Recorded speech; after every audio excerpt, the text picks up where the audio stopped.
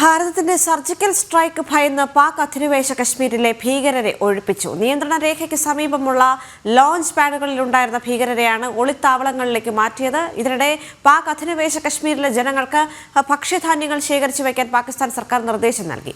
അതേസമയം ഭീകരർക്കായുള്ള തെരച്ചിൽ തെക്കൻ കശ്മീരിൽ തുടരുകയാണ്. നന്ദഗോപൻ ചേരുന്നു വിവരങ്ങളുമായി. നന്ദൻ, വലിയൊരു തിരിച്ചടി അല്ലെങ്കിൽ ഭാരതത്തിന്റെ ഭാഗത്ത് നിന്നൊരു സർജിക്കൽ സ്ട്രൈക്ക് ഉണ്ടാകുമെന്ന പാകിസ്ഥാൻ ഭയക്കുന്നു. പാക് അധിനിവേശ കശ്മീരിലെ ഭീകരരെ ഇതുമായി ബന്ധപ്പെട്ട് ഒഴിപ്പിച്ചിട്ടുണ്ട്. മാത്രമല്ല 2 മാസത്തേക്കുള്ള മരുന്നും അവശ്യ ഭക്ഷണങ്ങളും ശേഖരിക്കാൻ അവിടെയുള്ള ജനങ്ങളോട് പ്രഖ്യാപിച്ചിരിക്കുകയാണ്.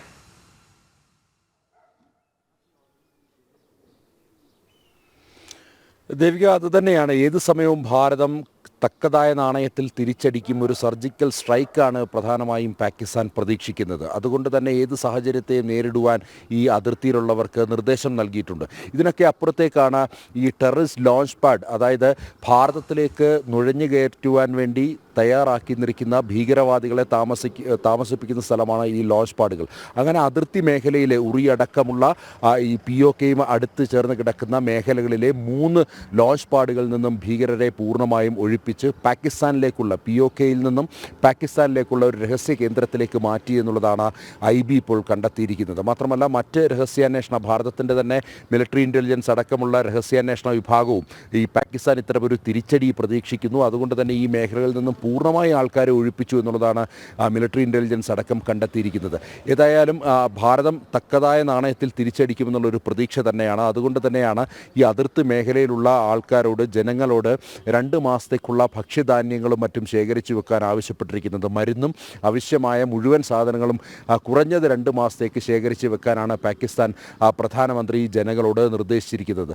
അതായത് ഏത് സമയവും ഭാരതം കടന്നാക്രമിക്കുമെന്നുള്ളൊരു ഭീതിയിൽ തന്നെയാണ് ഇപ്പോൾ നിലവിൽ പാകിസ്ഥാനുള്ളത്. അതേസമയം നമുക്കറിയാം, ലോകരാഷ്ട്രങ്ങളൊക്കെ തന്നെ ഭാരതത്തിന് പിന്തുണയുമായി രംഗത്തെത്തിക്കഴിഞ്ഞു. അറബ് രാഷ്ട്രങ്ങളുടെ പിന്തുണ പാകിസ്ഥാൻ തേടിയെങ്കിലും ഭാരതത്തിന് അനുകൂലമായൊരു നിലപാടാണ് അറബി രാഷ്ട്രങ്ങൾ പോലും വെക്കുന്നത്. മാത്രമല്ല കഴിഞ്ഞ ദിവസം അമേരിക്കൻ വൈസ് പ്രസിഡന്റ് പാകിസ്ഥാനോട് ഈ പെഹൽഗാം അക്രമത്തിന് കാരണക്കാരായിട്ടുള്ളവരെ വിട്ടു നൽകണമെന്നും ഈ ടെററിസം പൂർണ്ണമായും ഇല്ലാതാക്കണമെന്നും അടക്കമുള്ള കാര്യങ്ങൾ നിർദ്ദേശിച്ചുകൊണ്ട് ഭാരതത്തിന് പിന്തുണ പ്രഖ്യാപിക്കുന്ന സാഹചര്യമുണ്ടായി. ഇങ്ങനെ ലോകരാഷ്ട്രങ്ങളും ഭാരതത്തോടൊപ്പം നിൽക്കുന്ന ഒരു സാഹചര്യത്തിൽ സ്വാഭാവികമായും പാകിസ്ഥാൻ ഒരു തിരിച്ചടി പ്രതീക്ഷിക്കുന്നു. അല്ലെങ്കിൽ പാകിസ്ഥാൻ വലിയ രീതിയിലുള്ള ആശങ്കയിലും ഭയപ്പാടിലുമാണ്. അതുകൊണ്ട് തന്നെയാണ് ഈ അതിർത്തി മേഖലയിലുള്ള ഭീകരരുടെ ടെററിസ്റ്റ് ലോഞ്ച് പാഡിൽ നിന്നും ഈ ഭീകരരെ അവിടെ നിന്നും ഒഴിപ്പിക്കുവാൻ വേണ്ടി തയ്യാറായത്. അതേസമയം തന്നെ ഈ തെക്കൻ കാശ്മീരിലുടനീളം തന്നെ പരിശോധന തുടരുകയാണ്. 11ാം ദിവസവും ഈ ഭീകരവാദികൾക്ക് വേണ്ടിയുള്ള പെഹൽഗാമിലെ ബൈസരൻ വാലിയിൽ 26 പേരുടെ മരണത്തിന് ഇടയാക്കിയ, അവരെ കൊലപ്പെടുത്തിയ ഭീകരവാദികൾക്ക് വേണ്ടിയുള്ള തെരച്ചിൽ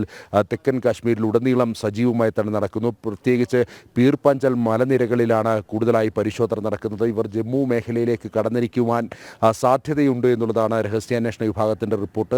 അതുകൊണ്ട് തന്നെ ജമ്മു മേഖലയിലും അതേപോലെ തന്നെ ഈ പീർ പഞ്ചാലിലെ ജമ്മുവിനോട് ചേർന്ന് കിടക്കുന്ന മലനിരകളിലും ഒക്കെ തന്നെ സജീവമായിട്ടുള്ള പരിശോധനയാണ് നടക്കുന്നത്. കഴിഞ്ഞ ദിവസം അവിടെ പാരാ കമാൻഡോകളെ എയർ ഡ്രോപ്പ് ചെയ്തിരുന്നു.